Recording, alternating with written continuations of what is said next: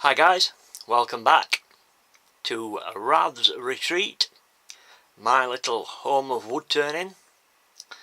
We're in the shack again, we're in the my little workshop, and as much as it hurts me to say it, I think I've actually come to the point where I'll have to stop buying wood. Let me give you some indication of the size of my workshop. It is tiny, okay? It's 9 feet long by 5 feet wide. Okay, as you can see, it's tiny. And it is rammed full of wood. I mean, literally. All down there. I've got about a third of a ton of exotics actually on the lathe, on the shelf on the lathe.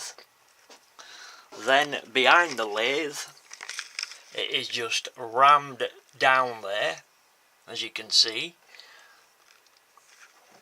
It's up at the headstock end, as you can see. There's loads more down there. There's loads under the lathe, as you can see. Might not be able to see that too well because it's dark. I've got a load of bowls. Come on, focus. I've got a load of bowls which are... Why is this not focusing? There we go. I've got a load of bowls which need to be finish turned, but unfortunately they're not. Most of them are not quite at the point. I start finish turning at roughly about 12%, and most of these bowls are roughly at about 14%, so they're just shy of being able to finish turn. So they're stuck there doing nothing, taking up room. By the way, the black thing you can see, this thing is my Unilock tripod. Great big heavy thing it is, very expensive but very good. Each leg you can position wherever you want it, at whatever height you want it. This can be positioned at whatever angle you want it. It extends, retracts, can turn into a boom. It's a real good piece of kit. I'd actually forgot I got it up until about a month ago. Up until I realised that a normal tripod wasn't going to work in my shack. And then I remembered I got my Unilock. So that's the tripod I use for generally making videos in here, because then I can position it wherever I want. But yeah, there we go. Look, you can see the wood is everywhere. Down here, look, loads of the stuff, and most of it, I would say 9/10 of what you're looking at here, especially on the lathe and down the back here, is exotic wood. Exotics, you know, the expensive stuff. Cocobolo, Pau Amarello, eucalyptus burr, all sorts of, you know, the expensive stuff.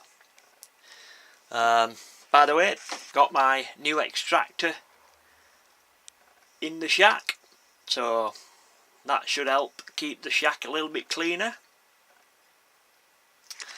I've not only got wood stuffed in here as well. If I just open the door for you, that outdoor, the brown outdoor cupboardy thing that you can see there is absolutely stuffed with yeah, go on, beech, silver birch, sycamore, It's absolutely packed jam full. I bet there's barely an inch square in there that's not taken up. It's absolutely packed jam full. And then, I haven't finished yet. Come on, in focus again, this stupid camera.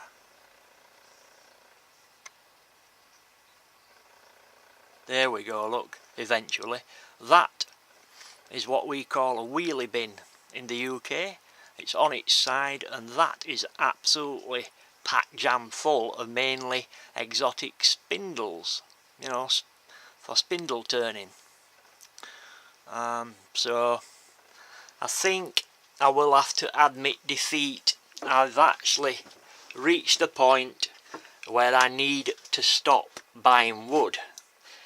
But it's a hard thing to do, you know. You'll go to a wood turning shop and you see this nice wood and you think, oh, I'll just buy a little bit more, and but as I said, the main thing wrong is these down here at the moment, these balls that are waiting to be finish turned. They're taking up quite a lot of room. Every time I want to use the lathe, I have to start shifting those, so bit of a pain in the butt. But yeah, there we go, guys. I am officially stuffed to the rafters, literally. Well, not quite to the rafters, but you know, not far off. I'm going to have to stop buying wood. So there we go, guys. Unfortunately, I've reached that limit. Right, guys, just thought you'd like to see that. I wonder if you guys have got so little space as me. Right, take care, guys. I'll catch you later. Bye bye.